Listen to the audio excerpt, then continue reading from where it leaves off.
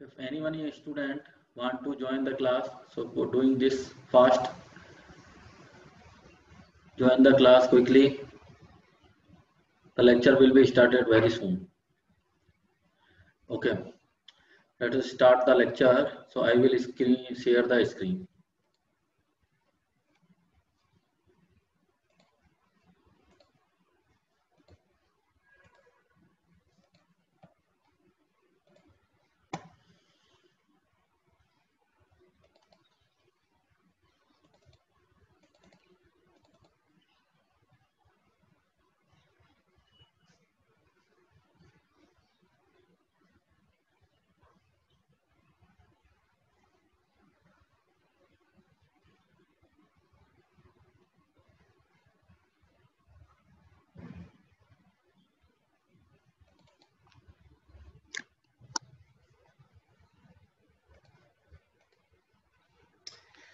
Okay, we have already discussed and learned about the arithmetic combinational circuit in which we consider the half adder, full adder, half subtractor and the full subtractor.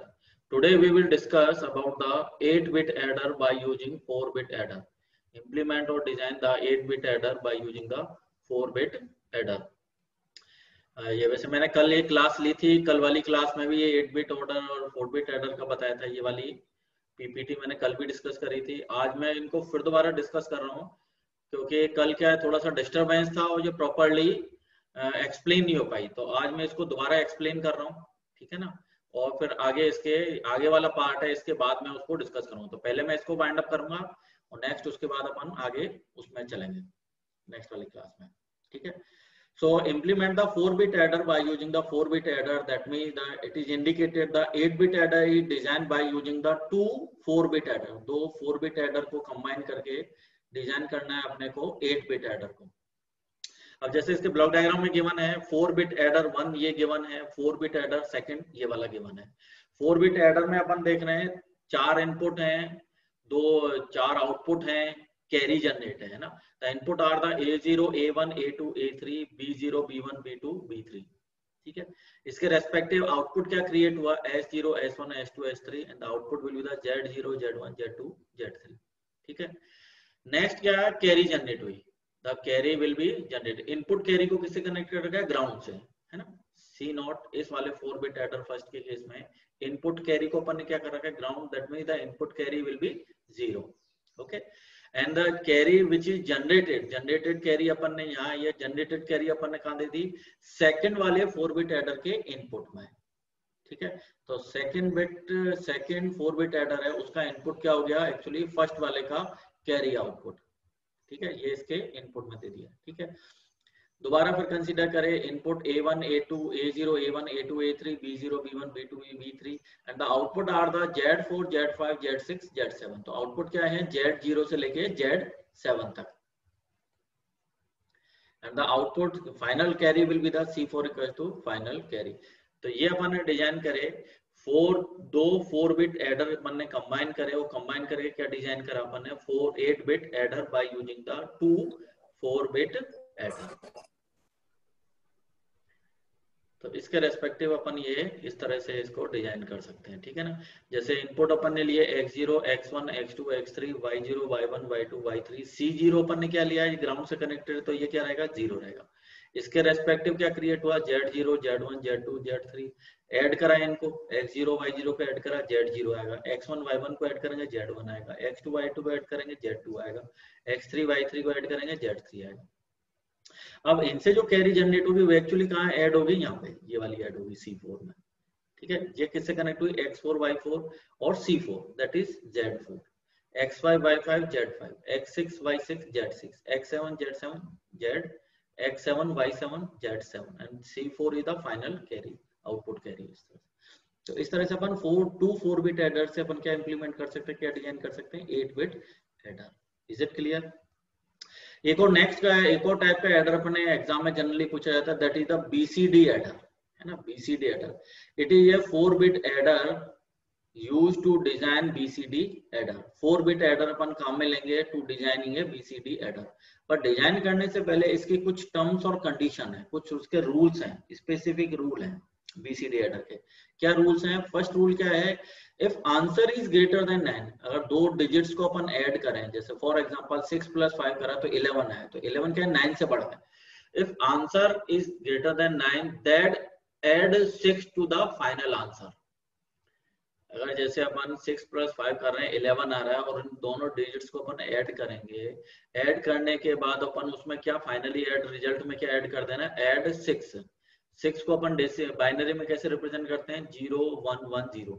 तो 0 1 1 0 final result में add करते अपना क्या आ जाएगा? Valid BCD number, valid BCD answer.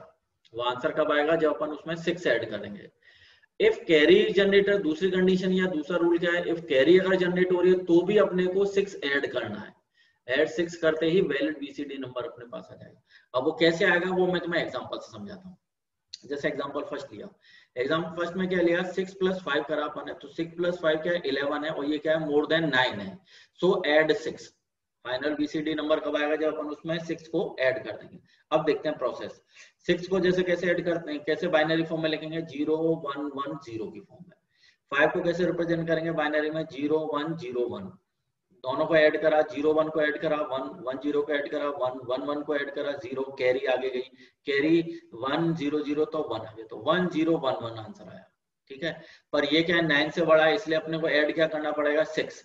6 को binary में कैसे लिखते हैं? 0 1 1 0। तो इसमें 0 1 1 0 ऐड कर दो। फाइनल रिजल्ट में क्या ऐड कर दिया अपन ने? 0 1 1 0। अब फाइनल क्या है अपने पास? 1 0 का 1 ऐड करा, 101 का ऐड करा, 0 कैरी आगे गई, 101 का ऐड करा, 0 कैरी आगे गई, फिर 101 का क्या ऐड करा? 0, फिर कैरी आगे गई। इस कैरी को क्या कर देना है? यहाँ पर रिप्रेजेंट करना है। तो कैरी तो आ गई 1 इधर, और इसका क्या मीनिंग है डेसिमल में? 0 0 0 1 का डेसिमल में वैल्यू क्या है? 1 है, तो 1 और 1 क्या हो गए? 11। एग्जैक्ट आंसर आ गया अपना। 6 + 5 क्या होता है? 11, और इस प्रोसेस से भी क्या है? 11। वैलिड बीसीडी आ गया, क्रॉस चेक हो गया, क्रॉस वेरीफाई हो गया। ठीक है, तो ये वैलिड बीसीडी कब जनरेट होगा? अगर अपन ऐड 6 नहीं करते तो क्या रहा था? 1 0 1 1। ये वैलिड बीसीडी नहीं था। वैलिड बीसीडी कब आएगा? जब अपन इसमें ऐड क्या कर देंगे? 6 कर देंगे। ऐड 6 करते क्या बनेगा? 1 का तो ये आया, और 0 0 1 का ये आ गया, तो 1 1 दैट इज 11। क्लियर? एक और एग्जांपल लेते हैं, जैसे ऐड करा 9 + 8। 9 को कैसे बाइनरी फॉर्म में लिखेंगे? 1 0 0 1। 8 को कैसे लिखेंगे? 1 0 0 0। ऐड करा, 0 1 को ऐड करा 1, 0 0 को ऐड करा 0, 0 0 को ऐड करा 0, 1 1 को ऐड करा 0। यहाँ कैरी जनरेट हो गई है ना। अब कैरी जनरेट वाला ये सेकंड रूल आ गया। If carry is generated then again add 6। Carry यहाँ जनरेटिव, तो अपने को ऐड क्या करना है? 6 कर देना है। 6 ऐड करा, इसमें 0 1 1 0 ऐड करा। ऐड करने के बाद क्या आया? 1 0 का 1, 0 1 का 1, 0 1 का 1, 0 0 का 0, और कैरी एज इट इज। तो क्या बना? ये 1 और ये 7, 17। तो 9 + 8 = 17। क्रॉस वेरीफाई हो गया। समझ में आई बात? ठीक है। अब कई बार क्या है, एग्जाम, कई बार बच्चों के माइंड में ये क्वेश्चन आता है कि सर आपने यहाँ 6 को क्यों ऐड कर रहे हो? 4 भी ऐड कर सकते हो, 5 भी ऐड कर सकते हो, 7 भी कर सकते हो, 2 भी कर सकते हो। तो उसके पीछे लॉजिक क्या है कि जैसे अपन बीसीडी कोड में अपन देखें 10 को कैसे रिप्रेजेंट करते हैं? 1 0 1 0। ठीक है, और इंडिविजुअल इसको रिप्रेजेंट करें तो 1 को कैसे रिप्रेजेंट करोगे? जैसे 1 पहला डिजिट लिया 1, 10 में पहला डिजिट 1 है, तो 1 को मैं कैसे लिखूंगा? 0 0 0 1। नेक्स्ट दूसरा डिजिट 0 है, इसको कैसे लिखूंगा? 0 0 0 0। ठीक है, ये एक्चुअली क्या है? 16। ठीक है, तो 10 और 16 के बीच का डिफरेंस कितना है? ये इसको डेसिमल में देखना चाहें तो ये दोनों के बीच का डिफरेंस कितना है? 6 का, है ना। 6 का डिफरेंस आ रहा है। नेक्स्ट अपन ने लिया जैसे 11 है, 11 को कैसे लिखेंगे? 1 0 1 1। अब इनको इंडिविजुअल लिखें तो इंडिविजुअल 1 को लिखेंगे तो कैसे लिखेंगे? 0 0 0 1। दूसरा डिजिट 1 है, उसको कैसे लिखेंगे? 0 0 0 1। अब इसकी जो डेसिमल वैल्यू है 0 0 0 1 0 0 0 1, तो इसकी ओवरऑल डेसिमल वैल्यू क्या आती है? 17। तो 17 और 11 का डिफरेंस कितना हुआ? 6। यानी ये 6 के डिफरेंस से चलता है। तो जब वैलिड बीसीडी अपन कब क्रिएट कर सकते हैं? वैलिड बीसीडी अपन कब क्रिएट कर सकते हैं? जब उनमें ऐड 6 करें। 11 है, 11 का वैलिड बीसीडी अपन क्रिएट करना चाहें तो जैसे वैलिड बीसीडी क्या होगा इसका? 0 0 0 1 0 0 0 1। तो वो कब आएगा? जब अपन इसमें 6 ऐड करेंगे। अब जैसे 11 और 17 का डिफरेंस 6 है, 12 और 18 का डिफरेंस 6 है, 13 और 19 का डिफरेंस 6 है. So that's why we have to add the 6 to get the valid BCD number. Is it clear? Okay.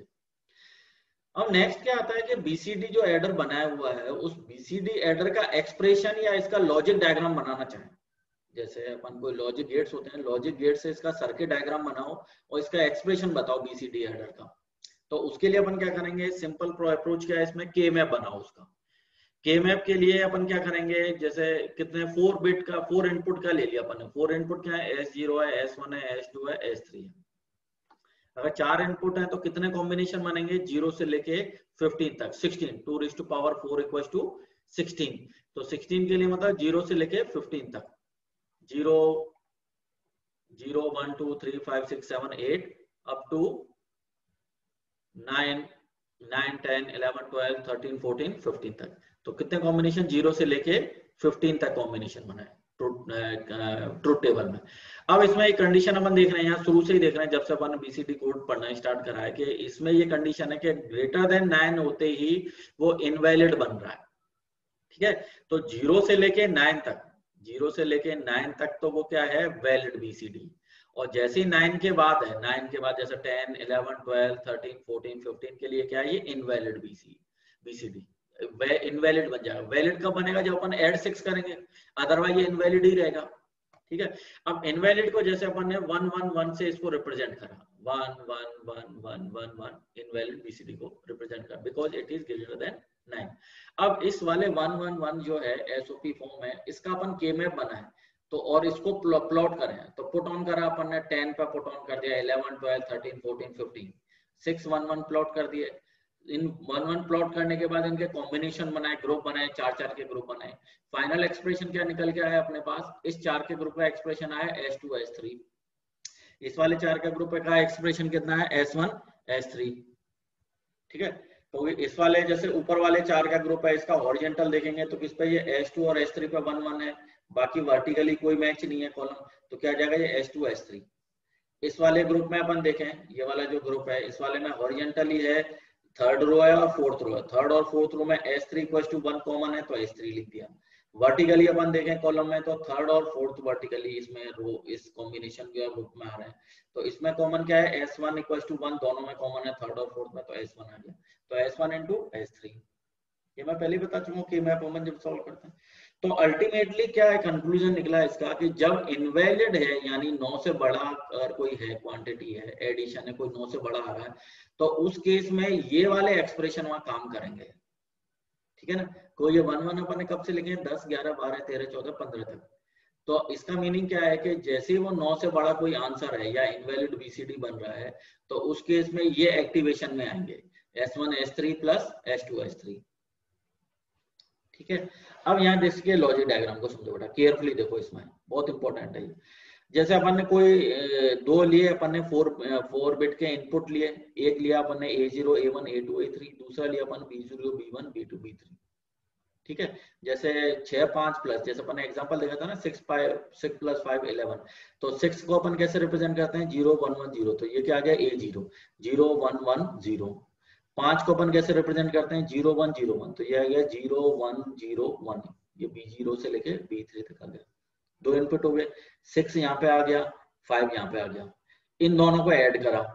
ठीक है, ऐड करने के बाद क्या है, ये वाला जैसे ही अपन ऐड करने के बाद यहाँ पे एडर आया, एडर करने के बाद अपन क्या कर रहे हैं कि जब वैलिड बीसीडी कब आएगा अपने पास, जब अपन उसमें ऐड क्या कर देंगे, 6 ऐड 6 करेंगे. ठीक है, अब जैसे अपन 6 + 5 कर रहे हैं, यानी 11 है, 11 का मतलब ये इनवैलिड बीसी है. इनवैलिड बीसीडी में मतलब ये वाले जो 2 टर्म काम करेंगी, S2 + S3, S2 × S3 + S1 × S3. अब यहाँ पे देखो, इसको बड़ा केयरफुली देखना, जैसे S1 लिया और S3 लिया, ये S1 आया इधर और ये S3 आया, तो ये फर्स्ट वाला जो एंड गेट है, ये एक्चुअली क्या क्रिएट कर रहा है, S1 S3. दूसरा वाला जो एंड गेट है, वो एक तो S2 इनपुट में है और एक S3 है, तो दूसरा वाला क्या क्रिएट कर रहा है, S2 S3. इन S1 S3 और S2 S3 को किसमें अपन ऐड कर दिया, और गेट में. ठीक है, इस और गेट के रेस्पेक्टिव ये और गेट का जो आउटपुट है, ये और गेट का आउटपुट है, एक्चुअली यहाँ कनेक्टेड है इस वाले बिट से. तो ये वाले बिट को देखो आप, जैसे इसमें B0 और B3 और B3 तो किससे कनेक्टेड है? ग्राउंड से। B1 और B2 किससे कनेक्टेड है? इस OR गेट के आउटपुट से। समझना इसको, B0 और B3 कनेक्टेड है ग्राउंड से, B1 और B2 कनेक्टेड है इस OR गेट के आउटपुट से। अब यहाँ समझो कि जैसे 6 + 5 है 11 है, 11 का मतलब ये इनवैलिड BCD है। इनवैलिड BCD का मतलब इसका आउटपुट क्या आएगा? लॉजिक क्या है? 1 है। अब जैसे ये 1 गया तो 1 ये यहाँ पे आएगा, ठीक है ना, ये 1 1 रहेगा, इसको मल्टीप्लाई करेंगे फिर और करेंगे तो क्या आएगा? 1 + 1 क्या हो जाएगा? 1 हो जाएगा। अब ये 1 एक्चुअली यहाँ पहुंचा B1 और B2 के पास, इसका आउटपुट 1 था, ये एक्चुअली कहाँ पहुंचा? B1 और B2 के पास। तो ये एक्चुअली सीक्वेंस कैसे बन गई? ये B0 B1 B2 B3 को कैसे लिखूंगा मैं? 0 1 1 0 ऐसे लिखूंगा, क्योंकि B0 B3 तो ग्राउंड से कनेक्टेड है। B1 B2 पे 1 आ गया, क्यों 11 है, 9 से बड़ा है, इनवैलिड है। तो ये क्या बना? 0 1 1 0। और 0 1 1 0 की एक्चुअल मीनिंग वैल्यू क्या रहती है डेसिमल में? 6। तो ये जो अपन ने इनका एडिशन कर रहे थे, वो एडिशन एज इट इज नीचे आया। फिर अपन ने इसमें और क्या ऐड कर दिया? यहाँ से इस वाले लॉजिक से और क्या ऐड कर दिया? 6 ऐड कर दिया। 6 ऐड करने के बाद जो इसका आउटपुट है वो एक्चुअली क्या आ गया? Valid BCD। समझ में आई बात? बाय द वे, अगर ये 9 से कम है, 9 से कम है तो इनके 9 से कम मतलब क्या है? इसका आउटपुट लॉजिक क्या रहेगा? 0। ये 0 0 0 आउटपुट लॉजिक 0 0। तो 0 0 होने पे B1 ये 0 है तो इसका आउटपुट भी 0 है। ये 0 होता हुआ इधर 0 पहुंच गया, B1 और B2 को 0। तो ये क्या बन गया? 0 0 0 0 4 0। तो अब 4 0 का मतलब क्या है? 0, यानी उसमें कोई ऐड नहीं होगा, या 0 ऐड होगा। 0 ऐड होने से कोई फर्क नहीं पड़ेगा। समझ में आ रही है ना? जैसे अपन 2 + 3 लें, 2 + 3 लें, तो 2 + 3 के केस में ये वाला चीज क्या हो जाएगी? 0, 9 से छोटा है। तो 2 + 3 तो 5 तो यहाँ पे आ गया एज इट इज। ये ऑटोमेटिक 0 का 0 ही बना रहा, तो 5 + 0 आंसर क्या रहा? 5 ही रहा। आई बात समझ में? 6 और 5 लिए, या 6 और 5 लिए तो 11। 11 का आउटपुट यहाँ आया, ठीक है। ये आउटपुट अपन ने इधर दिया है, इधर आउटपुट में क्या आ गया? 0 1 1 0। 0 1 1 0 क्या है? ऐड 6 है। तो अपन ने फिर दोबारा ऐड 6 करके फाइनल आंसर ला दिया 11। 1 और 1 BCD, वैलिड BCD। ठीक है, ओके। अब एक और क्वेश्चन अपने माइंड में आता है जनरली कि भाई ये अपन बाइनरी BCD कोड का जनरली क्यों यूज करते हैं? What is the advantage and what is the use of BCD? BCD को यूज करने के पीछे पर्पस क्या है? ऐसा क्या एडवांटेज है BCD का कि अपन इसको यूज करते हैं? बाइनरी तो अपन वैसे भी जनरली निकाल सकते हैं, 2 से, जैसे अपन पहले नंबर सिस्टम देखे ना, 2 से डिवाइड करते जाओ, बाइनरी फॉर्म आती जाएगी। पर why we are using the BCD? BCD का क्या एडवांटेज? तो अपन देखें कि BCD computer system is generally using the BCD formation. Why? Consider करें जैसे कोई बड़ी लार्ज नंबर है, लार्ज क्वांटिटी है, जैसे कोई लार्ज डेसिमल नंबर ले लिया अपन ने 1 5 6 7 9 2 8 2 4 7 5। अब इस डेसिमल को बाइनरी में कन्वर्ट करने के लिए अपन क्या करेंगे? 2 से डिवाइड करो, फिर रिमाइंडर आएगा, फिर क्वाड्रेंट से फिर 2 से डिवाइड करो, फिर रिमाइंडर आएगा।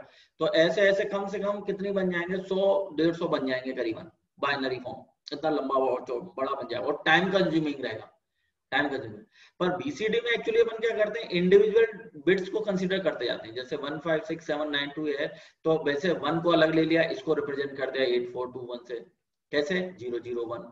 5 को लिया, इसको 0 1 0 1 से रिप्रेजेंट कर दिया 8 4 2 1 के रेस्पेक्टिव, ठीक है। फिर 6 को कर दिया 7 को। तो फास्ट हो गया प्रोसेसिंग फास्ट होगी। फटाफट अपन ने एक इंडिविजुअल बिट पकड़ा और इंडिविजुअल बिट को बाइनरी में कन्वर्ट कर दिया 8 4 2 1 के रेस्पेक्टिव। तो ये क्या है? Fast processing. So that's why it is using in the computer system. एक और अपन एडर अपन स्टडी कर रहे हैं, एक और एडर अपने काम में आएगा BCD के अलावा, that is the excess 3 adder.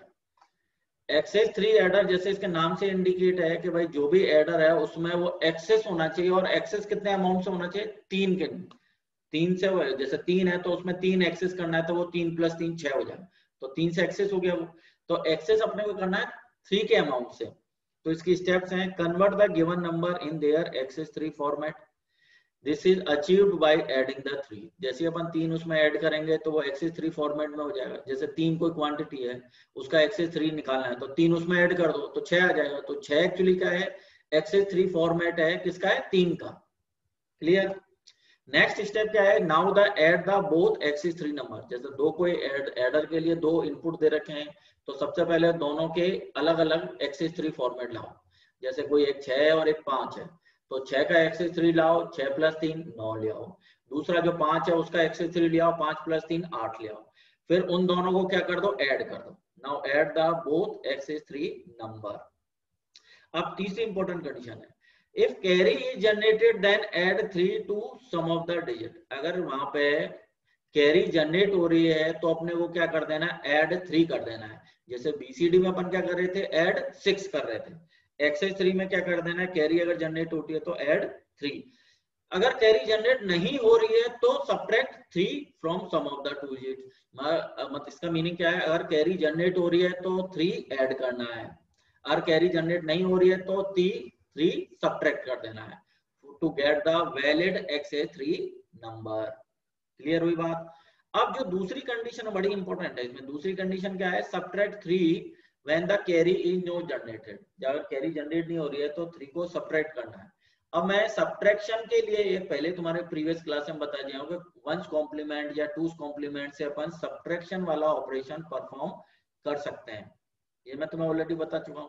अब मैं जैसे इसमें सब्ट्रैक्ट 3 वाली जो केस है या कंडीशन है, इसको मैं टूस कॉम्प्लीमेंट से इंप्लीमेंट करना चाहूं तो कैसे करूंगा।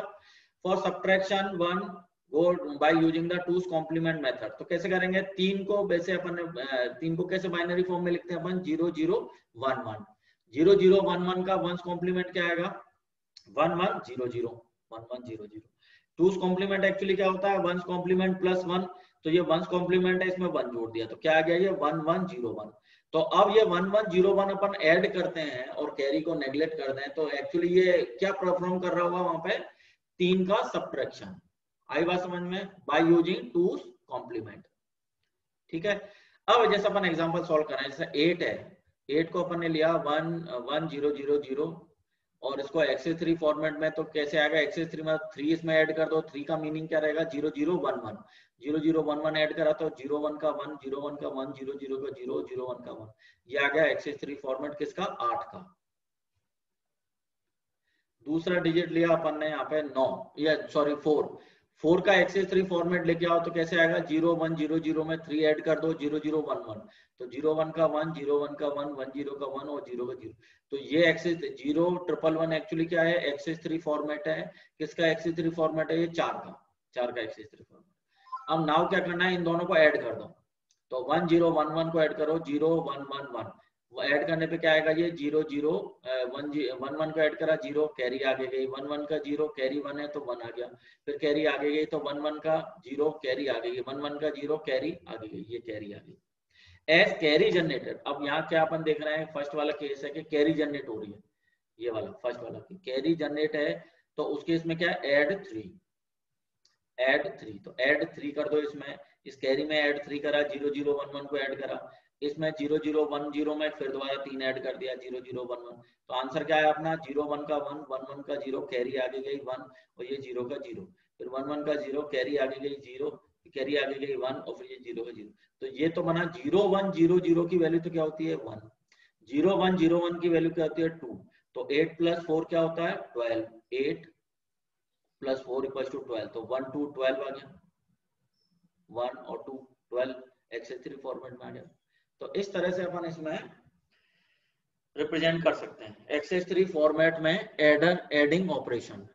Is it clear. अब एक और एग्जांपल लें, जैसे दूसरा एग्जांपल लिया अपन 4 + 3।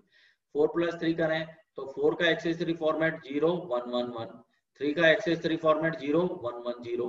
तो अपन ने 4 में निकाला, उसका 3 ऐड कर दिया तो ये XA3 फॉर्मेट आ गया। ये 3 लिया, इसका 3 ऐड कर दिया तो ये XA3 फॉर्मेट आ गया। अब इसमें अपन देख रहे हैं 0 1 को ऐड करा, 0 1 1 का 0 फिर कैरी 1 1 का 0 फिर कैरी 1, फिर 0 कैरी आगे शिफ्ट हुई तो 0 0 और कैरी 1 है तो 1। अब इसमें कोई कैरी जनरेट नहीं हुई, कैरी जनरेट नहीं हुई तो इसका मतलब दूसरा केस है कि इसमें क्या करना है, सब्ट्रैक्ट 3 करना है। और सब्ट्रैक्ट 3 को अपन टूस कॉम्प्लीमेंट से इंप्लीमेंट करना चाहें तो क्या करेंगे अपन, ऐड 1 1 0 1 और कैरी नेग्लेक्ट करनी है। तो ये सेम अप्रोच लगाएंगे, यहाँ ऐड क्या करना है अपने को, जैसे सब्ट्रैक्ट 3 को अपन ने टूस कॉम्प्लीमेंट से करा तो क्या आएगा, ऐड 1 1 0 1, इसमें 1 1 0 1 ऐड कर दो, एग्जैक्ट फॉर्मेट आंसर आ जाएगा। तो 1 1 1 0 1 1 1 0 ऐड करा तो क्या आया 1 0 1 0, कैरी को नेग्लेक्ट करा, आंसर ही था 1 0 1 0। 1 0 1 0 की फॉर्मेट क्या रहती है 7। तो 4 + 3 = 7, ये आंसर आ गया अपने पास, एग्जैक्ट या वैलिड एक्सरसाइज 3 फॉर्मेट। अब कंक्लूजन क्या निकला इसमें सारा पढ़ने के बाद एक्सरसाइज 3 में? कंक्लूजन क्या आया कि इफ कैरी इज जनरेटेड तो ऐड 3 करना है, if carry is not generated तो अपने को ऐड ही करना है, वो टूज कॉम्प्लीमेंट अप्लाई करते हुए, और ऐड क्या करना है अपने को 1 1 0 1, ठीक है। कैरी जनरेट है तो ऐड करना है 0 0 1 1, कैरी जनरेट नहीं हो रही तो क्या ऐड करना है 1 1 0 1, तो इससे अपना एग्जैक्ट आंसर फाइंड आउट हो जाएगा। कैरी 1 है तो अपना B1 1, B2 B3 0 और B0 1, तो ये क्या है 0 0 1 1। कैरी अगर 0 है तो B1 0, B2 B3 1, B0 1, तो ये क्या आएगा 1 1 0 1। इस तरह से अपन इसको डिजाइन कर सकते हैं, ठीक है। लॉजिक डायग्राम अपन देखना चाहें तो लॉजिक डायग्राम में क्या रहेगा, 4 बिट एडर है, इधर एक्सेस3 फॉर्मेट बनाया, एक्सेस3 फॉर्मेट बना के सम कर दिया, सम करने के बाद ये वाला लॉजिक लगाया, ये वाला लॉजिक किसके रिलेटेड है, कैरी जनरेट है तो ऐड 3 करना है, कैरी जनरेटेड नहीं है तो 1 1 0 1 ऐड करना है। ये अपन ने यहाँ ये लॉजिक बना दिया, लॉजिक बनाते ही अपन ने एक्सेस3 एडर का सर्किट डायग्राम या डिजाइनिंग प्रोसेस हो गया। अब इसमें एक असाइनमेंट है, ये असाइनमेंट आपको विद इन 7 डेज में गूगल क्लासरूम पे सबमिट करना है, इट इज कंपलसरी, ठीक है। असाइनमेंट क्या है, explain the working of BCD subtractor and एक्सेस3 सबट्रैक्टर। आज की क्लास में अपन ने क्या पढ़ा, बीसीडी एडर और एक्सेस3 एडर। अब इनके सबट्रैक्शन वाला जो प्रोसेस है उसके बारे में असाइनमेंट बनाना है, ये आपको बुक्स में मिल जाएगा, मॉरिस मेनू है, आरके जैन है, आरपी यादव है, इन तीन की बुक्स में आपको ये इजीली मिल जाएगा। तो ये मैं पीडीएफ ऑलरेडी आपको बता चुका हूँ, बुक्स बता चुका हूँ, उससे उनमें डाउनलोड करो और इनके असाइनमेंट के क्वेश्चंस के आंसर बनाओ और इनका पीडीएफ बना के गूगल क्लासरूम पे विद इन 7 डेज में इसको सबमिट करो, इट इज कंपल्सरी, असाइनमेंट आपको सबमिट करने नहीं, ठीक है।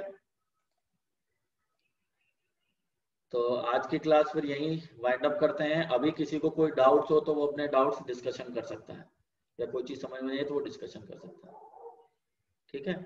नहीं तो मैं इसको, हाँ एक ये पीपीटी जरूर मैं बेटा गूगल क्लासरूम पर डालूंगा मैं ना, आजकल मैं जो भी जितने भी मेरे लेक्चर हुए ना उन सबकी पीपीटी वो तुम्हारे नोट्स की तरह भी काम करेंगे। तो वो सारे जो पीपीटी हैं उन पीपीटी को मैं तुम्हारे उस गूगल क्लासरूम के उस पर डाल दूंगा, और जो तुम्हारे वीडियो लेक्चर हैं इनकी रिकॉर्डिंग मैं कर ही रहा हूँ तो इनकी रिकॉर्डिंग मैं तुम्हें उस पर डाल दूंगा कॉलेज के यूट्यूब चैनल पे, तो तुम दोनों जगह से तुम्हें नोट्स और मटेरियल मिल जाएगा। बाकी तुम्हें मैंने पीडीएफ भी बताई हुई है, वो पीडीएफ भी डाउनलोड कर ली होगी तुमने, तो उसको पढ़ते रहो, लेक्चर को स्टडी करते रहो, और भी कोई डाउट हो तो मुझसे तुम डिस्कशन कर सकते हो, ठीक है। Okay, thank you.